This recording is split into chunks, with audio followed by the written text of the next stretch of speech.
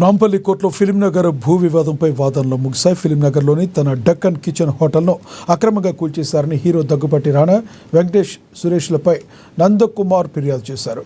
Hero Rana, Venkatesh తరపున advocate కోర్టుకు హాజరు కాగా తదుపరి విచారణ అక్టోబర్ 16కి వాయిదా వేశారు. అలాగే దగ్గుబాటి రాణా, వెంకటేష్, సురేష్ వచ్చే వాయిదా విచారణకు హాజరు కావాలని కోర్టు తెలిపింది.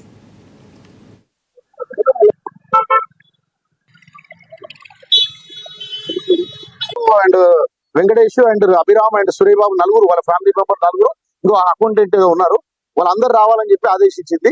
ఇది ఇప్పుడు 2022 నవంబర్ నా హోటల్ ధ్వంసం చేసిరండి.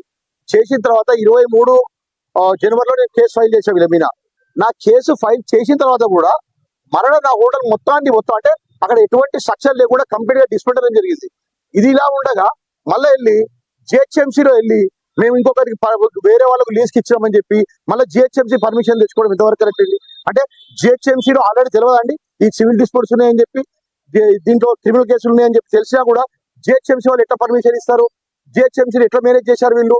అంటే జిహెచ్ఎంసీ కమిషనర్కి ఆల్రెడీ కంటెంప్ట్ ఉంది అది కూడా జిహెచ్ఎంసీ వాళ్ళు వీళ్ళకి పర్మిషన్ ఇచ్చారు, వేరే వాళ్ళకు లీజ్కి ఇచ్చారు.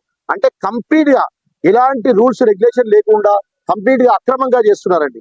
అది కాకుండా 25లో మరలా నేను ఇంకో కంప్లైంట్ ఇవ్వడం జరిగింది సివి ఆనంద్ గారికి. ఆ దానిపైన కూడా వాళ్ళు కేసు రిజిస్టర్ చేయలేరు. మరలా నాంపల్లి కోర్టు 25 జనవరిలో మరొక కేసు రిజిస్టర్ చేసింది వాళ్ళపైన.